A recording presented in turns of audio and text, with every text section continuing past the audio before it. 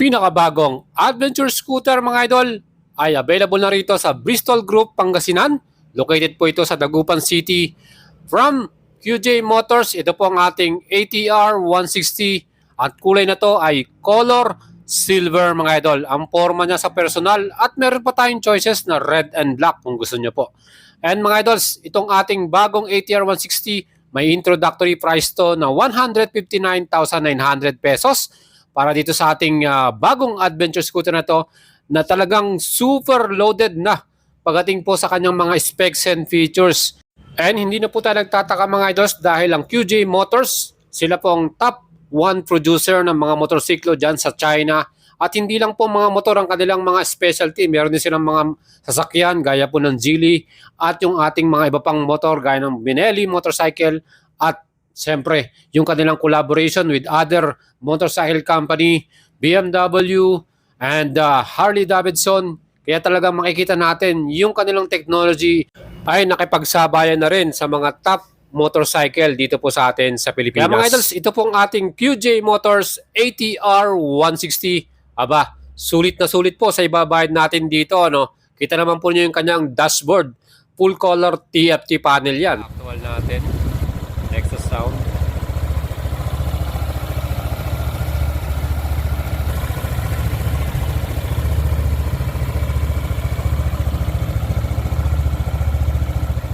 And kaya mga idols, ini-invite ko to visit Bristol Motorcycle Group, Pangasinan. Dito po yan sa Dagupan City. At special thanks po sa ating idol, yung kanilang manager, si Sir Thomas Sen, sa kanyang pagpapa-unlock sa atin para may vlog itong ating newly arrived model. Especially itong ating bagong ATR 160. Mainit-init pa, no? At talagang kararating lang itong ating unit na to. Nag-iisa lang yan para may display po sila dito mismo sa kanilang store. At yan po ang kauna-unahang unit na available dito sa Bristol, Dagupan City. At syempre kung gusto nyo pong umorder at bumili ng ibang color option or version, again mag-pre-order na po kayo. Punta na kayo dito sa Bristol, Dagupan. At syempre mag-down na kayo, mag-reserve na kayo para kayo na rin na maging unang owner ng ating bagong model na ATR 160. So mga idols, andito tayo ngayon sa Bristol, Dagupan City at ito ang ating pinakaunang unit or available na ATR 160 color silver. Iyan po ay may presyo na 159,900. Ngayon po kung gusto nyo umorder nito, you can check out here at Bristol Group Pangasinan, yung kanilang FB page. I-message nyo lang po sila dyan para po maka-order ditong ating bagong adventure scooter na to. And mga idols, siyempre huwag niyong kalimutang i-subscribe yung ating YouTube channel at yung ating FB page. Follow niyo po ako dyan for more moto news and update. And mga idols, itong ating bagong QJ Motors ATR 160 Adventure Scooter. Ito po ay hindi katulad ng ADX 160 ng Bristol. Dahil ito po, ibang brand po ito, QJ Motors po ito.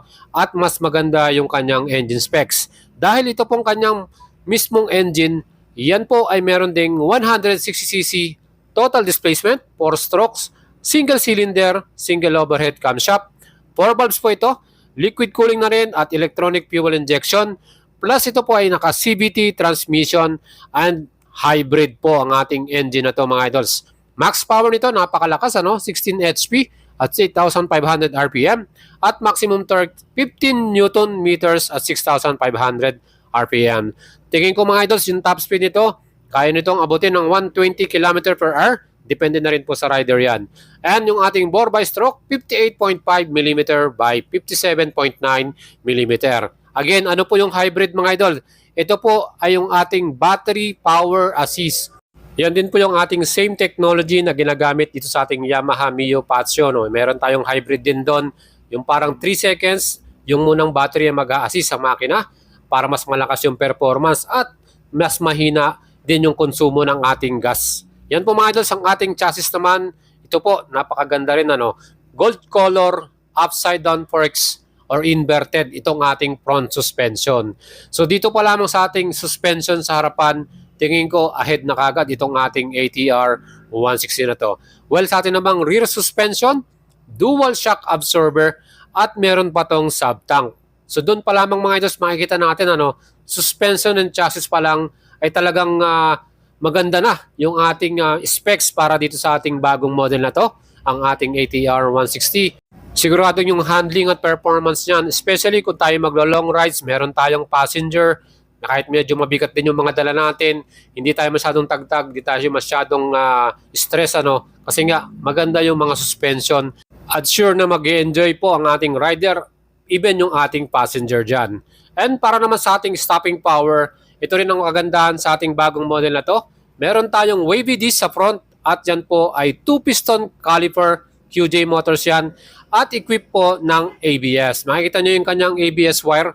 So meron tayong anti-lock braking system dito sa ating front brake. So dun pa lamang mga idol, solid na yung ating stopping power. Confident tayo, no?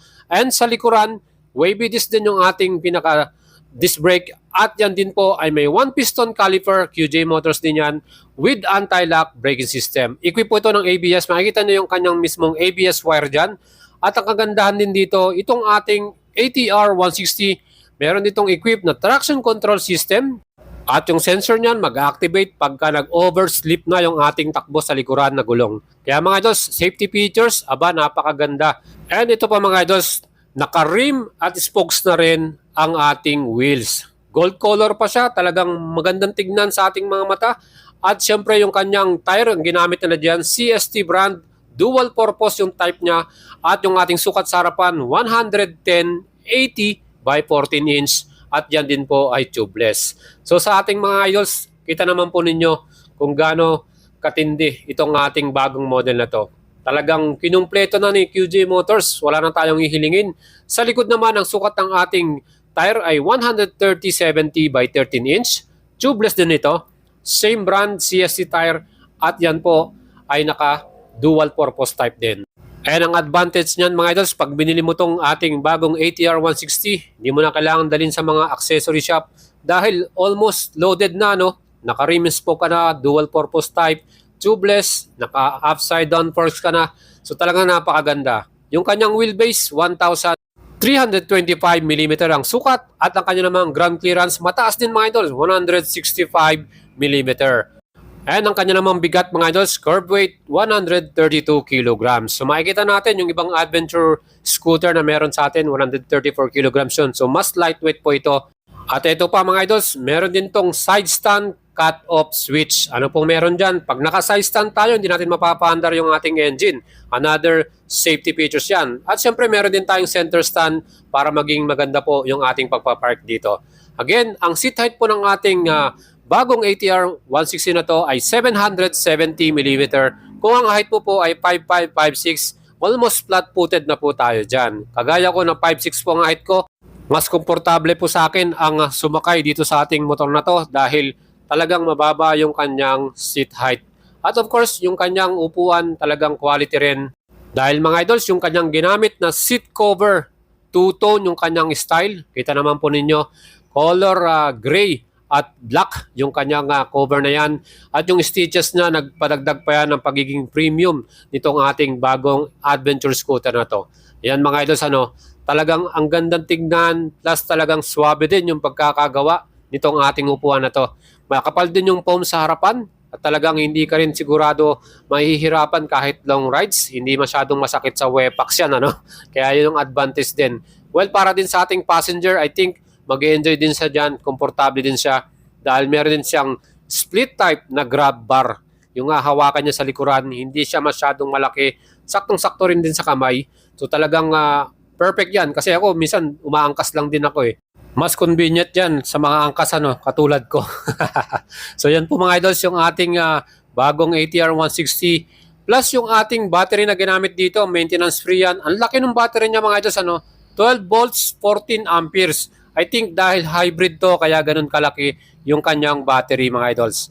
Kaya yan din yung nakita kong dahilan bakit medyo lumiit yung compartment nitong ating ATR 160 because of that big battery na nakalagay din sa loob niya. And syempre mga idols, papakita natin sa inyo yung ating helmet test para dito. So umiram tayo ng half-face helmet and sinubukan po natin. Actually siya po ay medium size.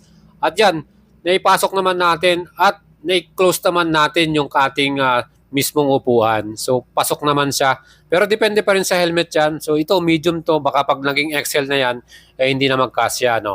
And added convenient pa rin sa mga rider yan dahil meron tayong compartment. Pwede natin ilagay yung mga essential natin dyan, yung mga daladala nating gamit, gaya ng ating kapote, yung mga raincoat natin, jacket natin. Pwede pa rin magkasa dyan as long as hindi ganun ka bulky yung mga ilalagay natin. And isa pang maganda rin, meron din itong ating ATR 160 na helmet hook mga idol.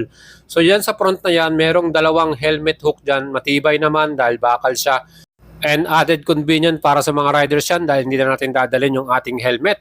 Yung ating namang keyless, nakita niyo, para siyang pang-auto, no, pang sasakyan. Malaki siya, talagang elegante rin yung datingan niya. No? Ang kagandahan dito, itong ating keyless na to mga idols, pwede mo na rin gamitin yan. Meron pa yung susi no, para sa manual. Ano? Buksan mo yung ating pinakaupuan. So halimbawa, naglobat itong ating keyless, tanggalin mo yung ating manual key dyan. At ito pa, dito sa ating keyless, meron din yung automatic na pangbukas ditong ating upuan. So, ganun kaganda ito. Sa mga idols natin, aba, ano pang hinihintay ninyo? Di ba? Hitik na hitik talaga tong ating bagong adventure scooter na to. Siguradong magugustuhan nyo to. Itong ating keyless system. Again, napakaganda, napaka-convenient para sa atin yan. At dahil hindi mo na kailangang susiyan pa yung inyong motor, ano, isang pindot mo lang, pwede mo nang may start yan. At ito pa, yung mga bukasan ng ating upuan, nasa tabi rin ng ating keyless system at yung bukasan din ng ating fuel cap. So convenient din sa mga rider yan, hindi mo na kailangan buksan yung upuan mo pag magpaparefill ka ng iyong gasolina. So nandito sa medyong gitna natin. At yan po, itong ating fuel cap, meron ding lagayan ng cap natin. Halimbawa yan, pwede nating ilagay doon sa pinakaibabaw. At ang capacity naman ito, 8 liters mga idol. So marami tayong may kakargang gas dito. Plus fuel consumption na 45 kilometer per liter. Ganun katipid to mga idol. So hindi na tayo magtataka dahil hybrid itong ating motor na to.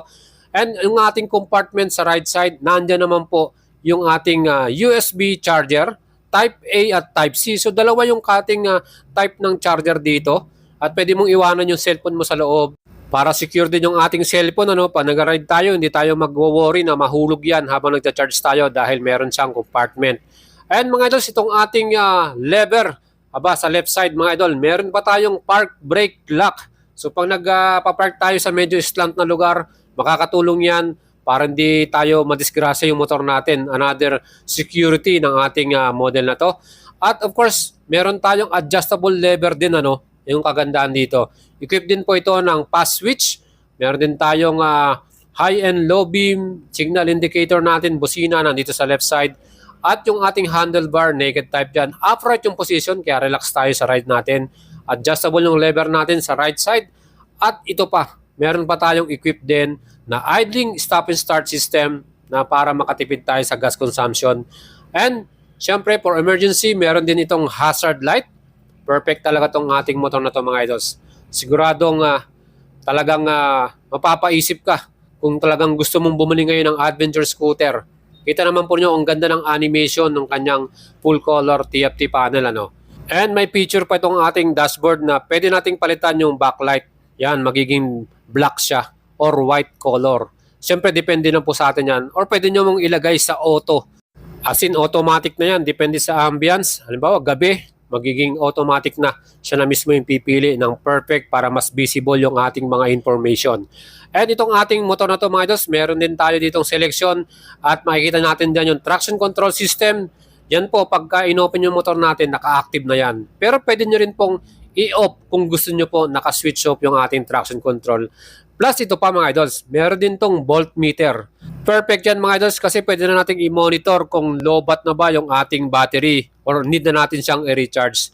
Again, yung mga other information na to, yung ating speedometer, meron din tong temperature, meron din tong clock, meron din tong trip meter, fuel gauge, at yung ating iba pang information, yung ating ABS indicator kung naka-ABS tayo, at yung ating engine check kung meron ng problema, no. So mga idols, isa pang napakagandang features din ito. Meron to idols na TPMS. Ano po yon? Yan po ang Tire Pressure Monitoring System. Ang ganda naman mga idols, ano, meron pa tayong monitoring ng pressure nitong ating mga gulong, ano, at perfect yan. Siyempre, magandang features yan. Of course, itong ating bagong ATR 160, yung kanyang panel, pwede nyo rin pong i-connect sa Bluetooth. So meron din siyang Bluetooth connection. You can check yung inyong mga calls, yung inyong mga messages. At yan mga idols, ang ating pinakabagong adventure scooter na super loaded sa mga features. Kita naman po nyo yung design ng kanyang headlight. Napakaganda, very aggressive, at LED po lahat ang ginamit na ilaw dito. Kita naman po nyo yung pinaka daytime running light niya sa bandang ibabaw. Perfect, di ba? Napakaganda. At yung ating mga ilaw, projector headlight mga idols dyan. Grabe, nakakasilaw po talaga yung kanyang headlight, low beam and high beam. So pag inilawan ka, ang lakas dahil naka-projector light siya. And maganda yan mga idols kasi pag gabi tayo nagbabiyahe, di ba ang hirap makita yung kalsada pag medyo mahina yung ating ilaw eh. Dahil projector headlight to, again, mas magiging visible yung daan sa atin at magiging safe para sa ating mga riders yan. And tignan naman natin yung ating taillight mga idols. Yan din po ay LED. At yung mga signal indicators po natin, LED rin po mga ilaw. Napakalakas din ng kanyang ilaw. Plano na pag nag-park brake tayo. Ayan mga idols, talagang quality itong ating mga ilaw na ginamit dito. So visible tayo sa mga nakasunod sa atin. Yung ating mismong signal indicators, ang lakas din ng ilaw niya. Lalo na kung may naka-hazard light po tayo. Siyempre gagamitin nyo lang yan for emergency mga idols ha. At dahil dyan, talagang perfect itong ating bagong model from QJ Motors ATR 160, 159,900 pesos lang po ang ibabayad natin. And I think sulit na sulit na yan, hindi na po mahal yan. Sa dami po ng nakalagay na features nitong ating motor na to, eh sigurado namang mapapaisip ka idols. Hybrid engine, aba perfect di ba? 45 km per liter na mileage, napakatipid. So pwede natin tong pang daily service, pang commute natin, pampasok natin sa trabaho or sa school. At hindi lang yan, maporma siya yung kanyang design. Talagang takaw pansin. At siyempre, komportable rin tayo as a rider. Kasi nga, mababa rin yung seat height niya, 770mm. Kaya mga idols, yung mga suspension at yung braking nito, plus yung kanyang safety features, again, wala ka nang hihilingin pa mga idol. Sulit na sulit po para sa 159,900 pesos yung ating introductory price. Kaya mga idols, habol na kayo. At kung gusto nyo mag-order nito, pwede nyo rin akong ipiyan sa ating FB page, Boyd Salabarria. Again, pwede nyo i-check sa Bristol Group Pangasinan yung kanilang FB page. PM nyo lang sila dyan. Hanapin nyo si Sir Thomas Sen, yung kanilang manager. Super thanks for sa kanya. At again mga idols, ride safe po sa inyo. At shoutout po.